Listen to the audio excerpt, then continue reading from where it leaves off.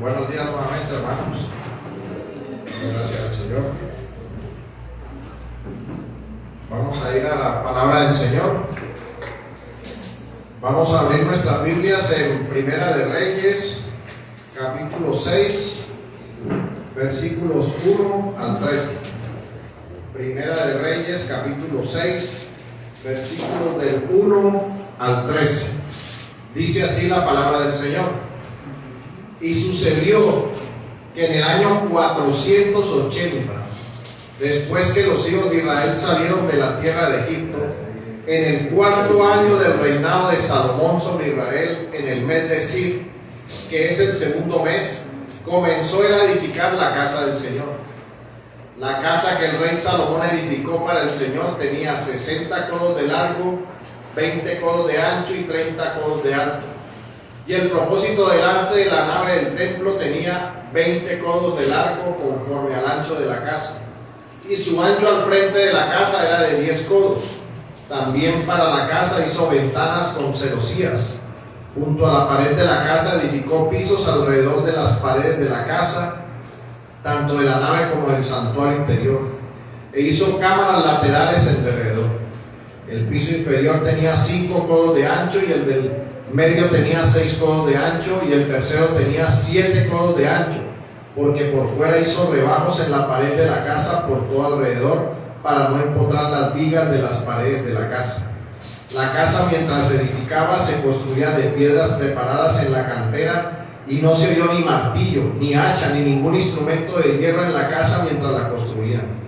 La entrada a la cámara lateral inferior estaba al lado derecho de la casa y se subía por una escalera de caracol al piso del medio, y del medio al tercero. Edificó pues la casa y la terminó, y cubrió la casa con vigas y tablas de cedro. También edificó pisos junto a la casa, cada uno de 5 codos de alto, y estaban asegurados a la casa con vigas de cedro. Y la palabra del Señor vino a Salomón diciendo: en cuanto a esta casa que estás edificando, si tú andas en mis estatutos, cumple mis ordenanzas y guardas todos mis mandamientos andando en ellos, yo cumpliré mi palabra contigo, la cual hablé a David tu padre. Habitaré en medio de los hijos de Israel y no abandonaré a mi pueblo Israel. Señor, añada bendición a su palabra. Oremos. Señor, te damos gracias en este día. Venimos nosotros, Señor, aquí delante de ti, a tu palabra, Señor, al entendimiento de lo que las Escrituras señalan para nosotros, Señor, en este día conforme a tu voluntad. Venimos, Señor, en un estudio sistemático de este libro inspirado por ti, Señor, de Primera de Reyes.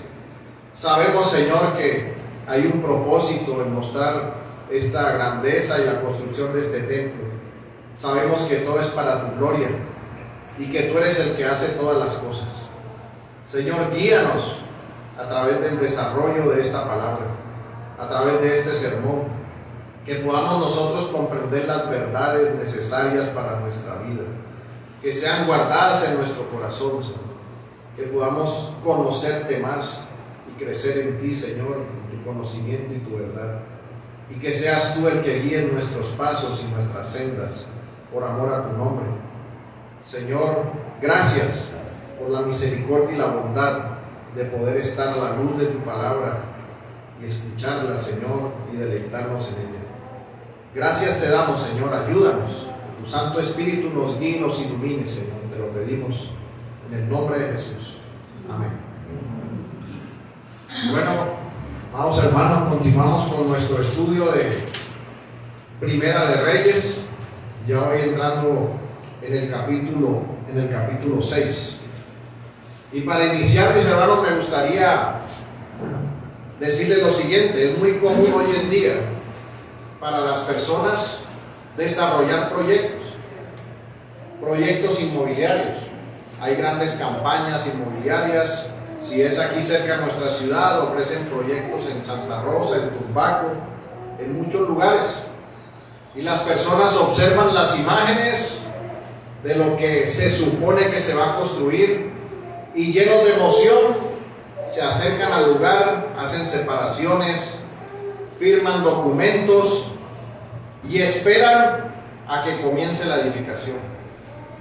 Una vez comienza la edificación de lo que están esperando, lastimosamente el común denominador es que no se cumple con lo prometido. Y las personas ya no observan lo que observaron en su foto, sino algo totalmente diferente. Pero esto es porque el plan y la edificación la están haciendo hombres falibles, hombres débiles, hombres pecadores. Pero el texto de nuestro día de hoy nos está llevando a ver la edificación de un proyecto que estaba en las manos del Dios Todopoderoso y que sí se cumpliría conforme a la voluntad de Dios. Y aquí estamos ubicados en el inicio. Dice la Escritura en el mes Sif, el segundo mes, y nos dice que eran los 480 años de haber salido de Egipto. En ese momento se inicia la edificación del templo. Aquí lo que se tomó en cuenta fueron los 40 años que estuvo Israel en el desierto, 17 bajo Josué, 299 años bajo los jueces, 80 años bajo el mando de Elí, Samuel y Saúl, y 40 bajo el mando de David. Y añadiéndole los 4 años que lleva de gobierno el rey Salomón para este momento, suman los 480 años.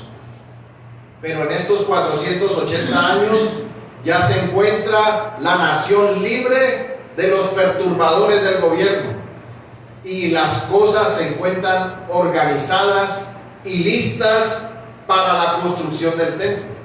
Ya se reunió lo suficiente para sufragar los gastos y ya se puso el tesoro en la casa del Señor, como vemos nosotros en Primera de Reyes 7:51. Así fue terminada la obra del rey Salomón, que hizo la casa del Señor, y Salomón trajo las cosas consagradas de su padre, es decir, la plata, el oro, los utensilios, y los puso en los tesoros de la casa del Señor. Y la iniciación de esta obra se da en el mes Sif, que por la providencia de Dios y porque Él es el que está organizando todas las cosas, este mes, que correspondería, si lo traemos a tiempo presente, al mes de abril o al mes de mayo, era un mes donde estaba todo el esplendor del sol. Era un mes donde estaban los árboles y las flores del campo en todo su esplendor. De esa manera lo llama también el Targum, el mes del esplendor de las flores. Y fue en el segundo día de este mes que comenzó la edificación de la casa del Señor, en una estación muy apropiada y muy adecuada, como leemos en el texto paralelo en Segunda de Crónicas, capítulo 3, versículo 2. Y comenzó a edificar en el segundo día del segundo mes del año, cuarto de su reinado. Y el texto no nos dice la ubicación del templo, pero sí podemos saber la ubicación por otro texto, también paralelo, que se encuentra en Segunda de Crónicas, capítulo 3, versículo 1, que dice así: entonces Salomón comenzó a edificar la casa del Señor en Jerusalén, en el monte Moriah, donde el Señor se había aparecido a su padre David, en el lugar que David había preparado en la era de Ornán, Jebuseo. Este fue el lugar donde el Señor apareció a David en el tiempo de la pestilencia, y donde David había construido un altar del holocausto por el mandato del Señor. Eso está en Segunda de Samuel, capítulo 24, versículo 25. Dice así: y allí edificó David un altar al Señor y ofreció holocaustos y ofrendas de paz. El Señor escuchó la súplica por la tierra y la plaga fue detenida en Israel.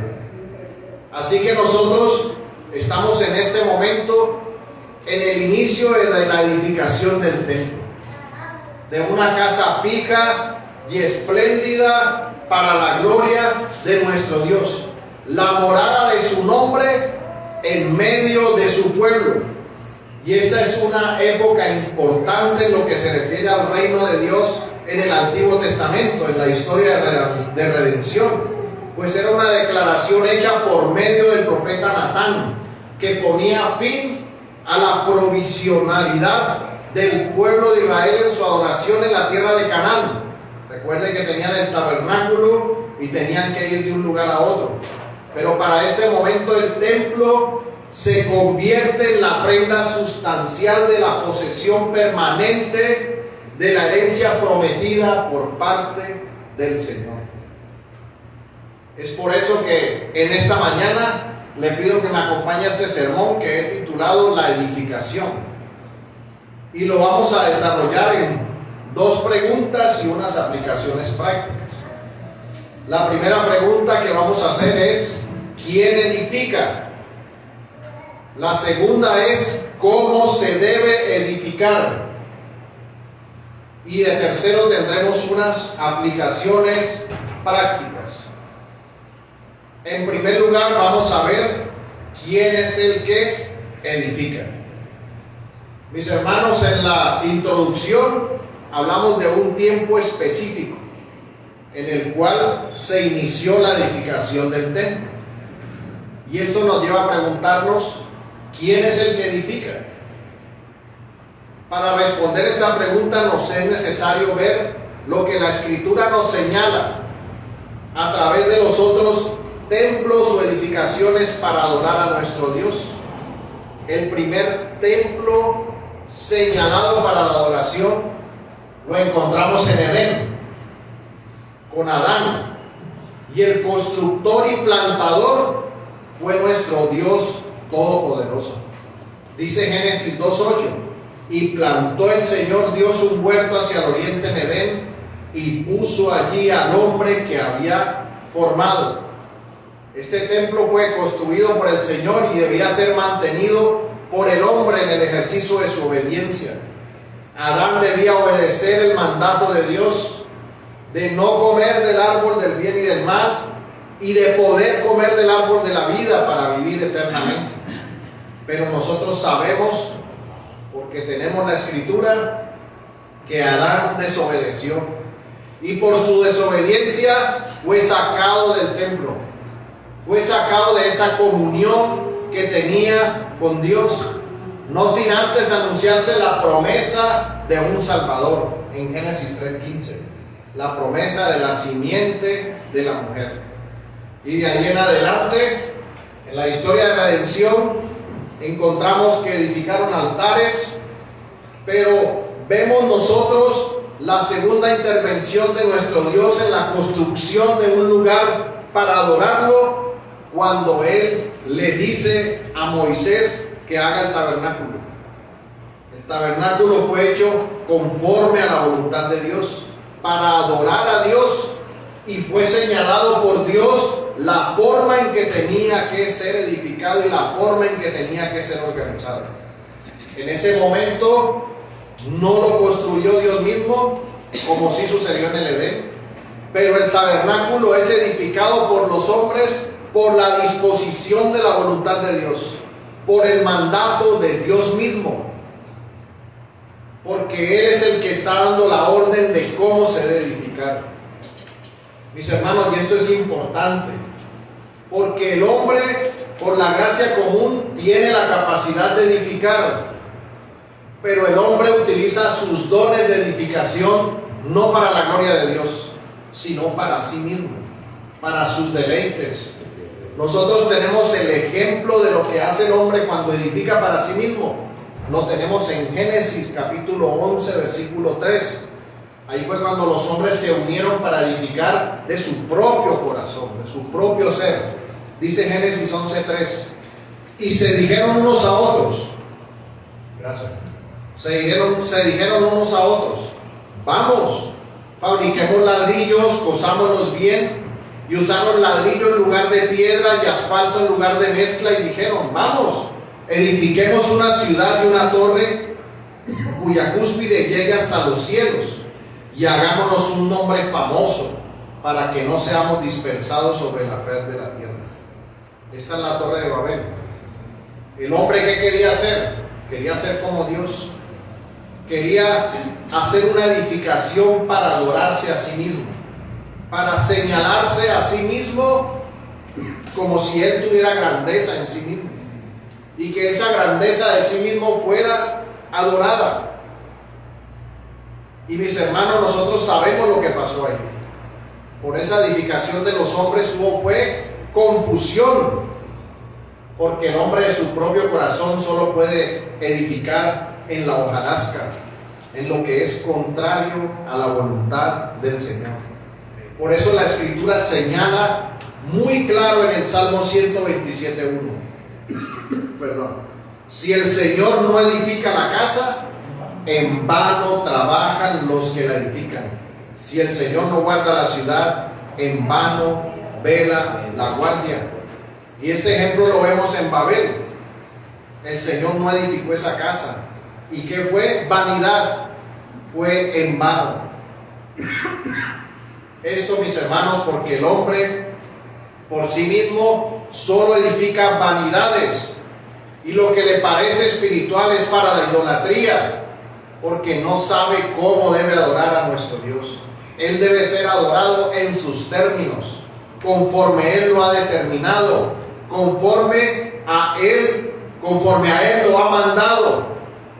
Por eso Moisés recibió el diseño del tabernáculo y lo hizo conforme a la voluntad de Dios, y el sacrificio y todos los rituales y todo fue ordenado por nuestro Dios, porque nuestro Dios dijo cómo quería ser adorado, no como el corazón idólatra de los hombres, sino conforme a su voluntad. Y así venimos a Salomón. Salomón edifica el templo por la voluntad de Dios. Nosotros podemos leer en Primera de Crónicas, capítulo 28, versículo 10. Ahora pues, considera que el Señor te ha escogido para edificar una casa para el santuario. Esfuérzate y hazla. Entonces David dio a su hijo Salomón el plano del pórtico, de los edificios, almacenes, aposentos altos, cámaras interiores y del lugar del propiciatorio. Fue escogido para edificar esta casa. Y el templo tenía un sistema semejante al tabernáculo, pero con un mayor esplendor, y era fijo, porque ya estaban en la tierra prometida. Así que esta edificación que venía de nuestro Dios y no de los hombres, estaba mostrando la grandeza de nuestro Dios. Esta edificación que era mayor que el tabernáculo, que se ensanchaba más sobre el tabernáculo, nos dejaba ver la gracia de Dios, nos dejaba ver la grandeza de nuestro Dios. Y si nosotros llevamos este punto al pacto de gracia, veremos nuestra salvación edificada en nuestro Señor Jesucristo, con la promesa de que Él era el ejecutor del nuevo pacto. Por eso la iglesia está edificada en Cristo nuestro Señor, y no hay otro fundamento, porque así lo determinó nuestro Dios. Así fue ordenado por ellos mismos en el Consejo Intertrinitario. El Hijo entregó su vida voluntariamente, y el Hijo es la piedra angular. Y por eso, mis hermanos, si el Señor no edifica la casa, en vano trabajan los que la edifican. Salomón hizo el templo conforme al mandato de Dios, con el esplendor y la majestad del templo que reflejaba la voluntad de Dios. Aunque nuestro Dios no habita en templos de piedra o lugares hechos por hombres, para este momento fue su voluntad que Él se revelaría y revelaría su gloria en ese lugar, conforme a los rituales que tenían que hacer establecidos y que mostrarían el cumplimiento en Cristo del nuevo pacto. Por eso, mis hermanos, el que edifica debe ser nuestro Dios. El que edifica nuestros corazones y nuestras vidas debe ser nuestro Dios. Y tú debes preguntarte, ¿quién te está edificando?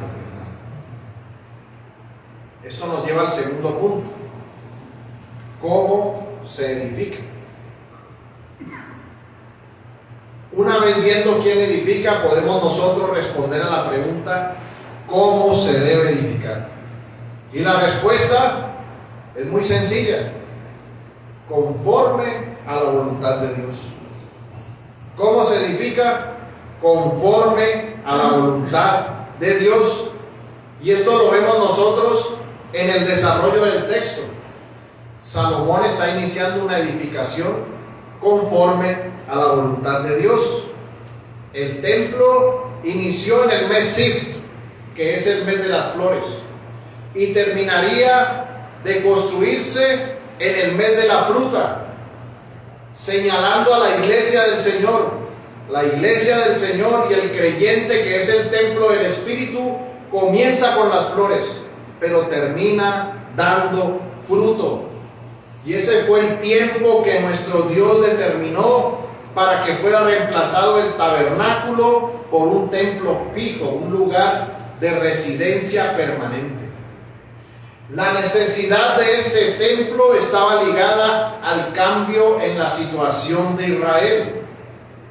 Particularmente bajo Salomón, el reino mostró y señaló hacia el rey venidero, hacia la grandeza de nuestro Señor Jesucristo. Y en la gloria del templo y del palacio santo de Dios queda claro que el Señor vivía en medio de su pueblo como rey, que la presencia de Dios estaba en medio de su pueblo y que la presencia de Dios llena todo el cielo y la tierra. Así que nosotros podemos preguntarnos, ¿para qué es el templo? Podemos nosotros afirmar, mis hermanos, que estaba destinado no solo a simbolizar la presencia de nuestro Dios, sino la presencia de su gracia. El templo se usó para mostrar que Él estaba presente en su pueblo como un Dios de pacto. Y como veremos más adelante, cuando Salomón lo pidió en su oración, esa fue la revelación. El templo era una sombra de la presencia de la gracia de Dios en Cristo y una profecía que apuntaba hacia el día en que toda la tierra sería llena de la gracia de nuestro Dios. Así Salomón edificó una casa para el Señor. Usó el tabernáculo como modelo. Y como en el tabernáculo el templo fue dividido en tres áreas. Había un lugar santo, un lugar santísimo y había un atrio exterior. Y el lugar santísimo tenía una forma de cubo, igual al del tabernáculo. Y si nosotros tomamos las medidas que nos señala el texto, es más o menos el tamaño como una cancha de baloncesto, del tamaño del templo. Y ahí, mis hermanos, en el templo se duplicaron las medidas del tabernáculo. De pronto puede ser, como lo dijo el profeta Isaías, en Isaías 54:2, por esta razón, dice: ensancha el lugar de tu tienda, extiende las cortinas de tus moradas, no escatimes, alarga tus cuerdas y refuerza tus estacas, porque te extenderás hacia la derecha, hacia la izquierda, tu descendencia poseerá naciones y poblarán ciudades desoladas. Por ese lugar fijo, más ancho, más grande, mostrando esa grandeza de nuestro Dios. El patio delantero estaba dividido con varios patios y a lo largo de las paredes Salomón hizo 3 pisos de habitaciones con toda clase de servicios. Los muros de piedra por dentro los cubrió con toda clase, con madera, habían piedras y no se escuchó el sonido de ningún martillo. Estaban de pronto estos trabajadores impresionados con la santidad de la casa que estaban realizando. Y esa es la razón por la que guardaban reverencia y silencio aún en la construcción.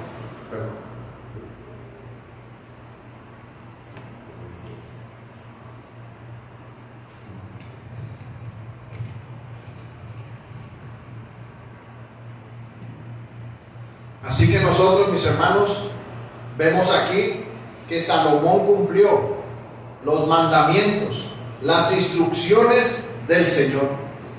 Y esta revelación que recibe Salomón en el versículo 12, cuando el Señor le dice de la siguiente manera: en cuanto a esta casa que estás edificando, si tú andas en mis estatutos, cumple mis ordenanzas y guardas todos mis mandamientos, andando en ellos, yo cumpliré mi palabra contigo, la cual hablé a David tu padre. Habitaré en medio de los hijos de Israel y no abandonaré a mi pueblo. Esta revelación en medio de la edificación del templo le hizo tomar nuevas fuerzas a Salomón. Le hace comprender la santidad del pacto que tiene con el Señor. Y esta referencia es al cumplimiento de la promesa de 2 de Samuel capítulo 7 versículo 12. En el establecimiento del eterno trono de Dios, Dios cumpliría en Salomón todas las cosas si caminaba en los mandamientos del Señor, como ya se lo había dicho también a su padre cuando le entregó el reino.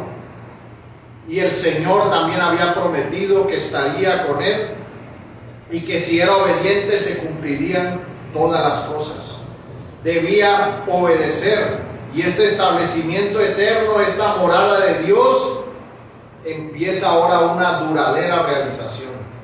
Empieza a ser construido, empieza a ser edificado, y el templo es una garantía de que el Señor mantendría para su pueblo su pacto de gracia y su presencia llena de gracia. La promesa: moraré en medio de los hijos de Israel y no desampararé a mi pueblo Israel, es una confirmación de la palabra que Jehová le había dicho a David, aunque en lo que respecta a estas palabras está estrechamente relacionado con lo que dice la palabra en Levítico, capítulo 26, versículo 11. Dice así: además haré mi morada en medio de vosotros y mi alma no os aborrecerá. Recordemos que este capítulo es el de las bendiciones si obedecen al Señor, si obedecen sus mandamientos, por lo que la mayor bendición que acompaña la fiel observancia de los mandamientos se resume en la promesa: haré mi morada entre vosotros y mi alma no despreciará. Vemos nosotros que es una promesa a la obediencia, y el Señor está recordando esa obediencia a Salomón, para que entienda y comprenda que mientras obedezca, Él estará con él y hará morada. Se lo está diciendo antes de que el templo esté terminado. Se lo está diciendo en el momento de la edificación. Así como se lo dijo a Moisés cuando se establecieron los mandamientos y lo que sucedería si obedecían y lo que sucedería si desobedecían. Y así también esta promesa se extiende a la iglesia del Señor hoy en día, al pueblo del Señor. Nosotros podemos leer lo que le dice a su iglesia en Juan 14, 21. Dice: el que tiene mis mandamientos y los guarda, ese es el que me ama. Y el que me ama será amado por mi Padre, y yo le amaré y me manifestaré a él. Judas, no el Iscariote, le dijo: Señor, ¿y qué ha pasado que te vas a manifestar a nosotros y no al mundo? Jesús respondió y le dijo: si alguno me ama, guardará mi palabra, y mi Padre lo amará, y vendremos a él y haremos con él morada. Si guarda mi palabra, si guarda mis mandamientos. Mis hermanos, nuestro Dios es inmutable y no cambia. Así como dijo al pueblo de Israel cuando estaban con Moisés que hará morada en medio de ellos si eran obedientes a sus mandamientos. Así como le dijo a Salomón que si lo guardan sus mandamientos hará morada con él. Así se lo dice a su iglesia: si el que le ama y guarde su palabra, el Padre lo amará y hará morada con él, con su iglesia. Mis hermanos, estamos llamados a obedecer a nuestro Dios. Tenemos la gracia recibida en el nuevo pacto, pero somos llamados a vivir en santidad y en obediencia, porque Él mora en medio de su pueblo. Así como Él iba a morar en este templo que se estaba edificando, así mora en medio de su iglesia, y la iglesia también es templo del Dios vivo. Así que, mis hermanos, si Él edifica, nosotros edificaremos para su gloria. ¿Y cómo debemos edificar? Conforme a su voluntad. Esto nos lleva a unas aplicaciones prácticas. Ya hemos nosotros entendido quién es el que edifica. Nuestro Dios. Si Dios no edifica, en vano trabajan los edificadores, que son los hombres. ¿Y cómo se edifica? Conforme a su voluntad. Y esto nos lleva a dos aplicaciones prácticas. En primer lugar, debemos preguntarnos, y deben preguntarse ustedes, mis hermanos, ¿dónde están edificando? ¿Dónde está edificando su corazón? Nosotros tenemos un ejemplo acerca de la edificación en Mateo capítulo 7, versículo 24. Dice así la palabra: por tanto, cualquiera que oye estas palabras mías y las pone en práctica, será semejante a un hombre sabio que edificó su casa sobre la roca. Cayó la lluvia, vinieron los torrentes, soplaron los vientos y azotaron aquella casa. Pero no se cayó, porque había sido fundada sobre la roca. Y todo el que oye estas palabras mías y no las pone en práctica, será semejante a un hombre insensato que edificó su casa sobre la arena. Y cayó la lluvia, vinieron los torrentes, soplaron los vientos y azotaron aquella casa, y cayó, y grande fue su destrucción. Mis hermanos, así como solo hay dos caminos, el camino ancho que conduce a la perdición y el camino angosto que conduce a la salvación, así solo hay dos fundamentos: o estás en la roca de la salvación, que es Cristo, o estás en la arena putrefacta de este mundo que te conduce a la perdición eterna. No hay más opciones. O estás con Cristo y tu cimiento es la roca firme, la piedra angular que es nuestro Señor Jesucristo, o estás en la arena, edificando en tus propios deleites, lejos de la voluntad de Dios, haciendo lo que no le agrada al Señor. Y si tú estás aquí caminando sobre la arena de este mundo, debes hacer un alto en el camino, arrepentirte y venir al Señor. Venir a Él en arrepentimiento, porque los que habitan en la arena son la cizaña. Y esa cizaña un día será arrancada y será entregada al fuego. Mi hermano, no te dejes llevar por vientos de doctrinas, de modas, de prejuicios, de lujos, de envidias, de deseos de la carne. Porque si haces esto te estrellarás. Pero si tú te mantienes firme en la roca de la salvación, en Cristo, que es la torre fuerte, la fortaleza de nuestra vida, viviendo en santidad, viviendo para el Señor, tu vida avanzará en santidad para la gloria de Dios. Hay que abandonar la arena de este mundo y hay que estar cimentados en la roca que es Cristo. Por eso, como el Señor dijo a una de las iglesias de Apocalipsis: mira de dónde has caído y arrepiéntete y busca al Señor. Y en segundo lugar, mis hermanos, los templos edificados en Cristo y los creyentes que somos edificados en Cristo, se nos dice que somos piedras vivas. Leemos nosotros en Primera de Pedro capítulo 2 versículo 5: también vosotros, como piedras vivas, sed edificados como casa espiritual, para un sacerdocio santo, para ofrecer sacrificios espirituales aceptables a Dios por medio de Jesucristo. Note lo que dice el texto: piedras edificadas como espirituales para un sacerdocio santo. Por tanto, no solo debemos estar edificados en Cristo, sino que debemos vivir apartados para nuestro Dios. Debemos vivir no conforme a la carne, sino conforme al Espíritu, Estamos bajo el fundamento de Cristo y nuestro corazón se edifica en la nueva naturaleza. No debemos adorar las cosas de este mundo, sino adorar al Dios vivo, adorarlo en forma viva y santa, mortificando el pecado día a día, despojándonos del pecado que nos asedia, para de esa manera poder vivir de una forma santa y piadosa, mostrando que somos del Señor, que fuimos comprados con sangre, edificando en la roca de nuestra salvación. Y si en esta mañana tú aún vives edificado en el muladar del pecado, en el fango movedizo de tus delitos y pecados, hoy es un día de salvación, donde puedes escuchar la voz del Señor en el Evangelio y puedes venir a Cristo y arrepentirte.